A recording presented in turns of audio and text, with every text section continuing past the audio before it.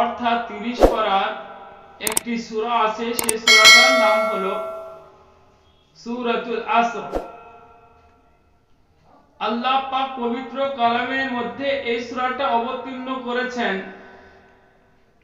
এর ফজিলতটা কি হতে পারে সর্বপ্রথমে আমাদের জানতে হবে। ইমামে তাবরানী রাহমাতুল্লাহ আলাইহি তিনার কিতাবের মধ্যে তিনি লিখেছেন, যতক্ষণ কোন এক সাহাবী অপর সাহাবীর সঙ্গে দেখা হতো ততক্ষণ সালাম অনয় বিনয় করতো না, যতক্ষণ পর্যন্ত এই সূরাটা একে অপরকে না শোনাতো। এবং অন্য একটা ইমামে শাফি রহমতুল্লাহ আলাইহি সম্পর্কে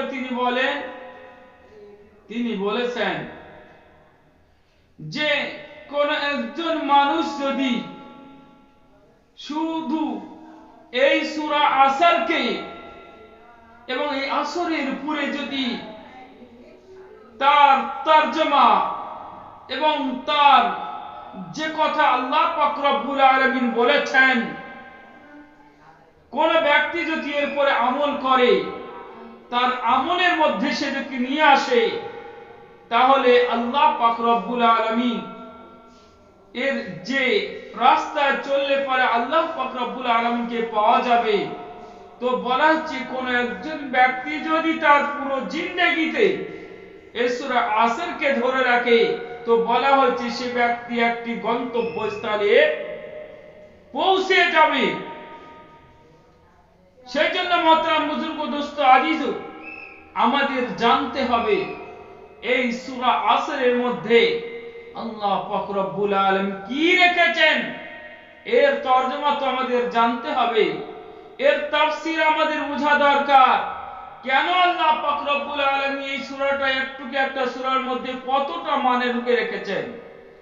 কারণ আল্লাহ পাক রব্বুল আলামিন পবিত্র কালামুল্লাহ শরীফের মধ্যে ঘোষণা করে জানিয়ে দিয়েছেন, কি বলেছেন? ওয়াল আসর, অর্থাৎ আল্লাহ পাক রব্বুল আলামিন আসরের কসম কাটলেন। আসর বলতে বোঝানো হয়েছে সময়কে, অথবা কি বলা হয়েছে, আসরের নামাজকে বোঝানো হয়েছে। মোহতারাম বুজুর্গ দোস্ত আজিজ, বলা হয়েছে আল্লাহ পাক রব্বুল আলামিন আসরের কসম কাটার পরে বললেন কি? ইন্নাল ইনসানা লাফি খুসর, অর্থাৎ প্রত্যেকটা মানুষ কিসের মধ্যে গো? ক্ষতিগ্রস্তের মধ্যে আছে। কিসের মধ্যে? খসরার মধ্যে আছে। মোহতারাম বুজুর্গ দোস্ত আজিজ, খসরা বলতে কাকে বোঝানো হয়েছে? ক্ষতিগ্রস্ত বলতে বোঝানো হয়েছে সে ব্যক্তি দিন থেকে হটে গিয়েছে। যে ব্যক্তি দিন থেকে হটে গেল তার স্থান হবে কোথায় গো? জাহান্নাম, জাহান্নামে। মোহতারাম বুজুর্গ দোস্ত আজিজ, আল্লাহ পাক রব্বুল আলামিন সূরা আসরের কসম কাটার পরে তিনি বললেন সমস্ত পৃথিবীর মানুষ ক্ষতিগ্রস্তের মধ্যে আছে। এরপর আল্লাহ পাক রব্বুল আলামিন কি বললেন? ওই সমস্ত ব্যক্তি ক্ষতিগ্রস্তের মধ্যে নাই যারা কি করেছেন? কি করেছেন? আল্লাহ পাক রব্বুল আলামিন নিজেই জানিয়ে দিয়েছেন। কি বললেন? ইল্লাল্লাযীনা আমানু ওয়া আমিলুস সালিহাত, ক্ষতিগ্রস্ত হবে ওই সমস্ত ব্যক্তিরা যারা কি করেছে? আল্লাহর প্রতি ঈমান এনেছে। অর্থাৎ সমস্ত ব্যক্তিকে আল্লাহ পাক রব্বুল আলামিন ক্ষতিগ্রস্ত বলার পরে তার থেকে কিছুটা মানুষকে কি করে নিলেন? ছেটে বের করে নিলেন।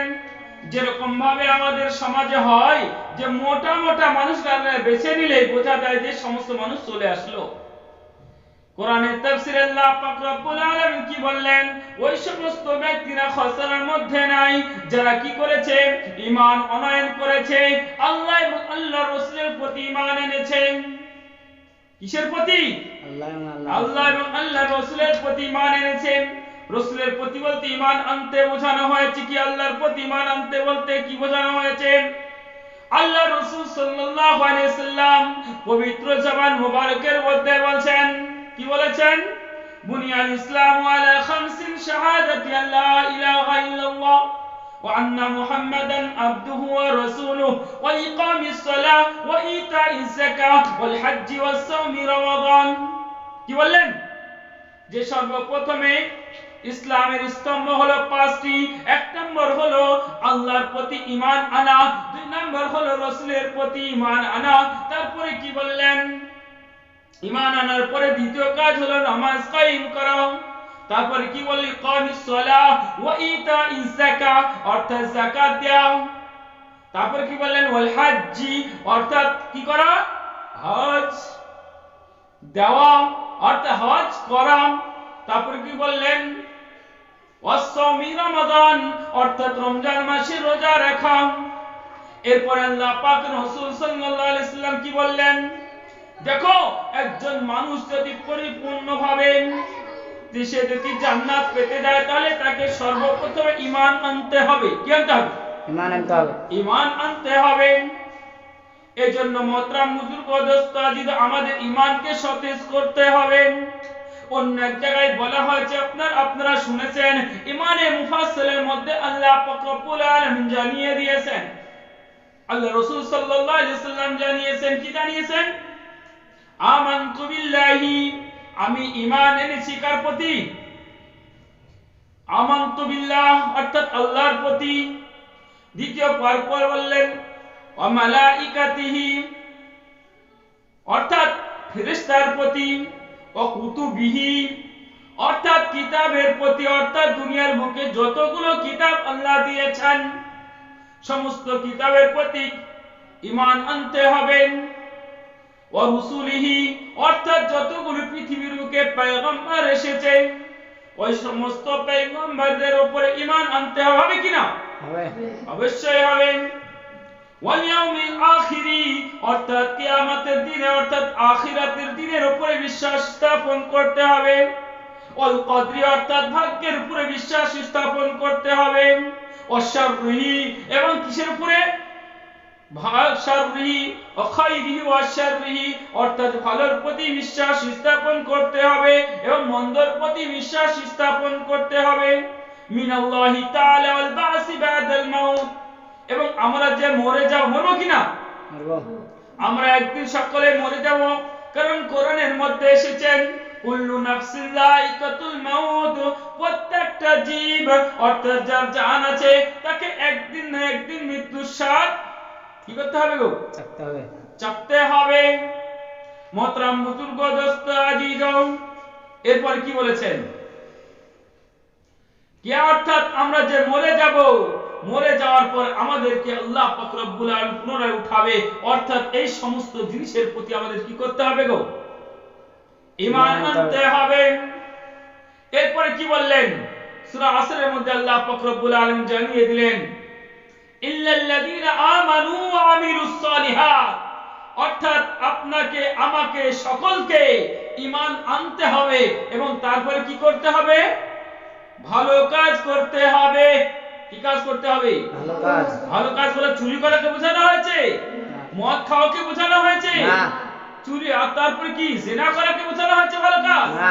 না, ভালো কাজ বলতে বোঝানো হয়েছে তোমার নামাজ কায়েম করতে হবে, রোজা রাখতে হবে, যাকাত দিতে হবে, হজ করতে হবে, এবং যে সমস্ত জিনিসগুলো আল্লাহ পাক রব্বুল আলামিন যার দ্বারা রাজি খুশি হবেন সেই সমস্ত কাজগুলো আমাদের করতে হবে।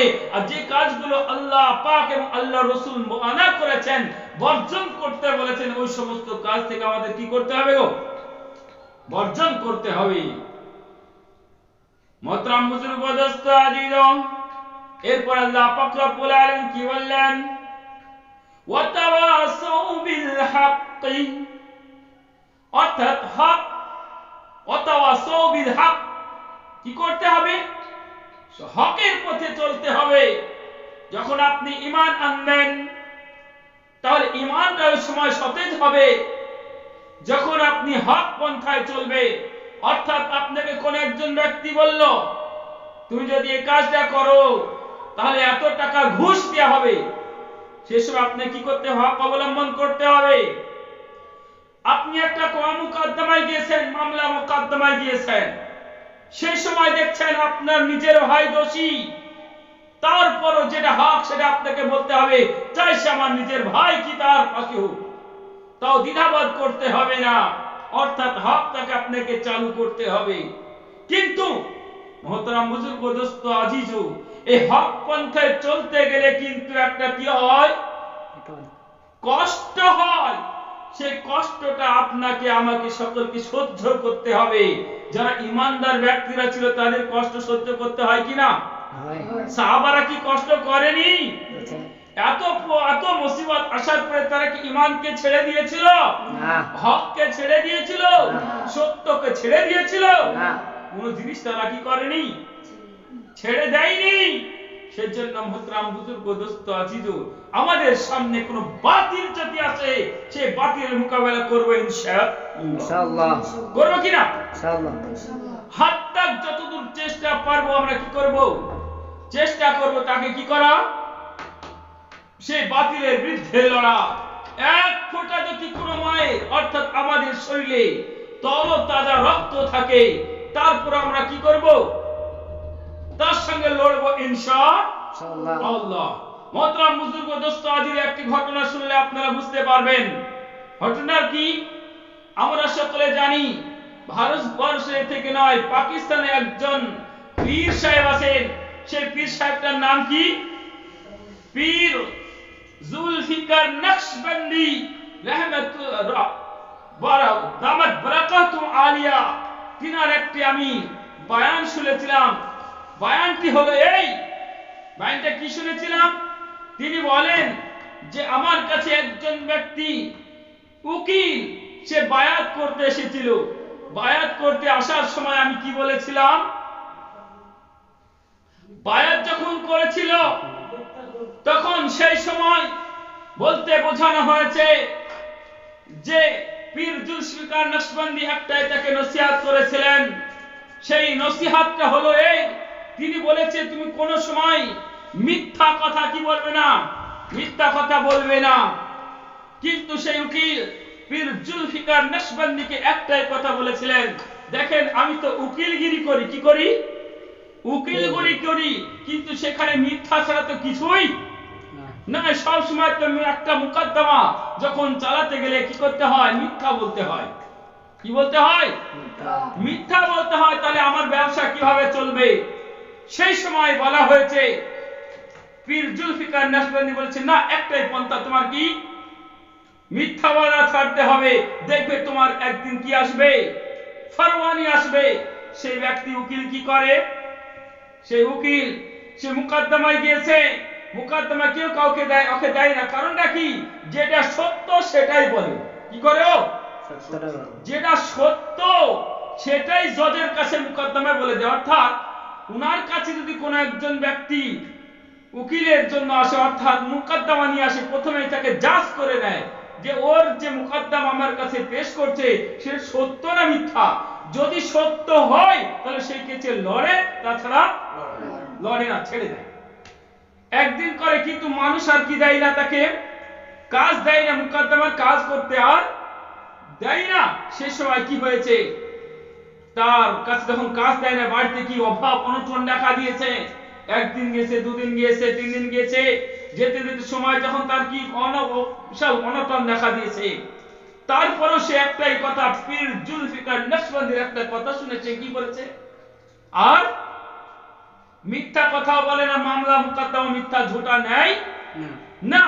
এমন অবস্থায় কি হয়েছে, যখন যারা সত্যবাদী তারা কিন্তু এবার কি করেছে, ওর কাছে লাইন দিয়েছে যে আমি সত্য পন্থায় আছি, অর্থাৎ এর কাছে মুকদ্দমা দিলাম, জিত বই। এই করতে করতে বলা হচ্ছে ও প্রথমের দিকে কি ছিল, মিথ্যা কথা বলে মুকদ্দমা চালু করতো, জীবন যাপন করতো ভালোই। মাঝখানে কি সত্য পথে আসার কারণে তাকে কি করতে হয়েছে? কষ্ট এসেছে, কষ্টকে সহ্য করতে হয়েছে কিনা? সহ্য করতে হলো। কিন্তু আখিরকার কি হলো, যখন এই কষ্ট সহ্য করার পরে মানুষ বুঝতে পারলো যে কি হয়েছে, এটা ওর যে ও ভালো মুকদ্দমা, অর্থাৎ যেটা সত্য মুকদ্দমা সেটাই সে কি করে বলে, তাছাড়া আর অন্য কোনো বলে না। তাহলে এর দ্বারা কি হলো, সমস্ত মানুষ যারা সত্যবাদী তারা তার কাছে মুকদ্দমা দেয়। একবার বলা যাবে না সুবহানাল্লাহ? সুবহানাল্লাহ। এরপরে বলা হয়েছে একদিন দুদিন করতে করতে সরকারের কাছে এই কথাটা যখন চলে গেল, সরকাররা ভাবলো এমন একজন উকিল যে সত্য ছাড়া মিথ্যা বলে না, এর মতনই একজন জজের প্রয়োজন। কার প্রয়োজন? জজের প্রয়োজন। তাকে কি করলেন? উকিল থেকে জজের কাছে পাঠিয়ে দিলেন। মোহতারাম বুজুর্গ দোস্ত আজিজ, দেখেন হক পন্থায় চলতে গিয়ে কষ্ট এসেছে, তারপরে তার ফরমানে এসেছে কিনা? আসলো। এরপরে দেখেন সে ছিল উকিল, তারপরে আল্লাহ বানিয়ে দিলেন কি তাকে? জজ। এর দ্বারা বোঝা গেল কি কষ্ট আসার পরে শান্তি আসবে। কারণ সূরা আসরের মধ্যে আল্লাহ পাক রব্বুল আলামিন কি বললেন? ওয়াতাওয়াসাউ বিল হাক্কি, অর্থাৎ কি হক পন্থা চালু করতে গেলে তোমার কি আসবে? কষ্ট আসবে। আর সেই কষ্টকে ঠিক করতে গেলে আল্লাহ আবার জানিয়ে দিলেন ওয়াতাওয়াসাউ বিস সাবর, অর্থাৎ কষ্ট তোমাকে কি করতে হবে? সহ্য করতে হবে। সেজন্য মুহতারাম বুজুর্গ দোস্ত আজিজ, আমরা কি করব? সর্বপ্রথমে ঈমান সতেজ করার জন্য আমরা কি করব? হক পন্থায় চলবে ইনশাআল্লাহ। আর হক পন্থায় চলতে গেলে কষ্ট আসবে, তখন আমরা সকলেই সবর ইখতিয়ার করব ইনশাআল্লাহ। এরপরে আপনাদের সামনে সূরা আসর সম্পর্কে একটি ঘটনা তুলে ধরি। যখন এই সূরাটা অবতীর্ণ হয়, সেই সময় হুজুরে পাক সাল্লাল্লাহু আলাইহি সাল্লামের জামানায় একজন ঝোটাবাজ ছিল। সে ঝোটাবাজটার নাম কি? মুসাইলামাতুল কাযযাব। তার নাম কি? মুসাইলামাতুল কাযযাব। সে কি বলেছিল? যে তোমাদের যে নবী, আর তার কাছে কে গিয়েছিলেন? হযরতে আমর ইবনে আস। কি করেছে? আমর ইবনে আস যখন তার কাছে গিয়েছে, তখন মুসলমান হয়নি, তার আগেই বলছে যে তোমাদের ওখানে যে নবী এসেছে, সে নবীর পরে কি সূরা অবতীর্ণ হয়েছে? তখন আমর ইবনে আস একটাই কি বলেছিলেন? এই আস, অর্থাৎ এই সূরাটা পুরোপুরি শুনিয়ে দিয়েছিলেন, সূরা আসর কি। তখন সেই সময় মুসাইলামাতুল কাযযাব কি বলেছিল? আমার পুরো একটা সূরা অবতীর্ণ হয়েছে। সেই সূরাটা কি? তিনি বলছেন ইয়া ওয়াবারু ইয়া ওয়াবারু ওয়া ইন্নামা আনতা উযনানি ওয়া সাদরুন ওয়া সাইরু হাকরুন নাকরুন। ইয়া ওয়াবার, তার তর্জমা কি বলছে? ইয়া ওয়াবার, ইয়া ওয়াবার, তুমি তো দুটি কান ও একটি বক্ষ সহ একটি প্রাণী, দেহের বাকি অংশ খুবই বাজে ও নিকৃষ্ট। এটা কোন সূরা হতে পারে? এই ঝোটাবাজের কথা এটা। তখন আমর ইবনে আস বলছে আমরা তো সকলে আগে থেকে জানি তুমি একজন কি? ঝোটাবাজ, মিথ্যাবাদী, মহা মিথ্যাবাদী। অর্থাৎ তুমি যে কথাটা বললে, এই সূরাতে তুমি বলছো তোমার কাছে যে ওহী এসেছে, এটা কি সহি হতে পারে? না, কোনোদিন হতে পারে না। মুহতারাম বুজুর্গ দোস্ত আজিজ, কোন ব্যক্তি যদি এখন পর্যন্ত কোন মায়ের লাল যদি কোরআনের একটি আয়াতকে কি করে তার সমকক্ষ আনতে চাই, পারবে না, কোনদিন আনতে পারবে না। আর পারেওনি, আর পারবেও না ইনশাআল্লাহ। আল্লাহ সেজন্য এখন পর্যন্ত কোন ব্যক্তি যদি কোরআনের মানে একটা নুকতা, এমনকি একটা আয়াত, একটা সূরা অথবা কি একটা নুকতা যদি কি করে দেয়, লড়চড় করে দেয়, তার বিরুদ্ধে আমরা লড়বো ইনশাআল্লাহ। কারণ ভারতবর্ষের মধ্যে লাখনতে বাড়ি ওয়াসিম রেজভি সে কি করেছিল? কোরআনের কয়েকটি আয়াতকে সে বাদ দিয়ে দিয়েছিল। সেজন্য সে ব্যক্তি মুসলমান না, গায়ের মুসলমান, আসল কাফেরও, তাই না? জি। সেজন্য এখন পর্যন্ত যে সমস্ত ব্যক্তিরা কোরআনের উপরে আঙ্গুল উঠিয়ে কথা বলে, তাদেরকে আমরা কাফের ঘোষণা করতে দ্বিধাবোধ করব না। সেজন্য মুহতারাম বুজুর্গ দোস্ত আজিজ, এক ফোঁটা যদি রক্ত আমাদের বুকে থাকে, এক ফোঁটা যদি শরীরে রক্ত, তাজা রক্ত থাকে, অতক্ষণ পর্যন্ত আমরা ওই রকম মুসাইলামাতুল কাযযাবের মতন মানুষদেরকে আমরা কি ধ্বংস করে দেব। করার জন্য আমরা প্রস্তুত আছি কিনা সকলে একবার হাত উঠিয়ে দেখাই ইনশাআল্লাহ।